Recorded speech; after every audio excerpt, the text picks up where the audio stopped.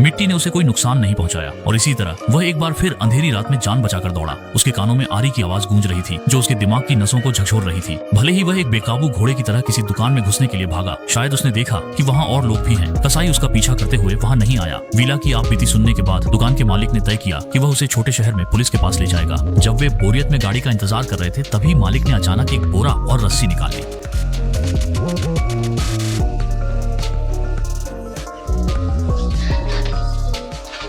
वीला को एहसास हो गया कि यह मालिक नेक इरादे का नहीं है। उसने तुरंत मेज पर रखा चाकू उठा लिया, लेकिन अगले ही पल चाकू मालिक ने झटके से उसके हाथ से छीन लिया। अनहोनी होनी थी। वीला को मालिक ने बांध लिया और गाड़ी में डालकर कहीं ले गया। पता नहीं कहां ले जा रहा था। पता नहीं देर बाद वीला फिर उसी जगह लौट आया जहां से वह जान बचाकर भागा था।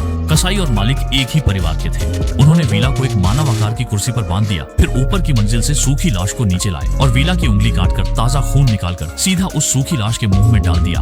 अगले ही पल हैरानी की बात यह हुई कि वह सूखी लाश अचानक जिंदा हो गई। अजीब बात है, वीला सामने के दृश्य से इतना डर गया कि बेहोश हो गया। जब वह दोबारा जागा तो देखा कि वह पिशाच उसके सामने बैठा है।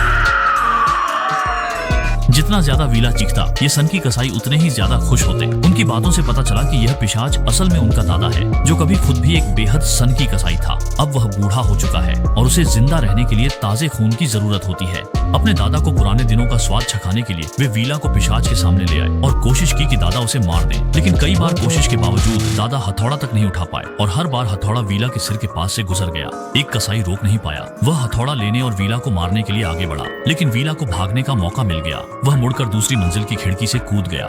इस समय बाहर पहले ही दिन हो चुका था। इससे अंदाजा लगाया जा सकता है कि वीला को कितने समय तक यातना दी गई थी।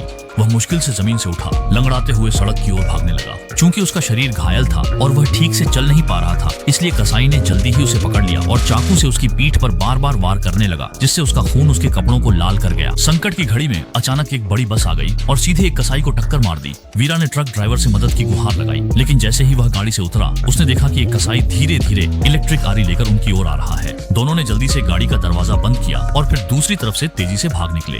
कसाई बस उन्हें पकड़ने ही वाला था कि अचानक ड्राइवर ने पलटकर कसाई को डंडे से जोरदार वार कर दिया, जिससे उन्हें भागने का मौका मिल गया।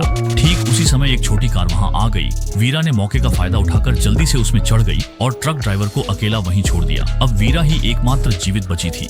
दूर कसाई को देखते हुए उसने मौत से बच निकलने की खुशी में जोर जोर से हंसना शुरू कर दिया और कसाई शहर में पागलों की तरह इलेक्ट्रिक आरी लहराता रह गया। यहीं पर कहानी समाप्त हो जाती है। निर्देशक ने दूसरी फिल्म के लिए सफलतापूर्वक फूबी छोड़ दिया है। फिल्में खिड़की की तरह होती हैं, अलग दुनिया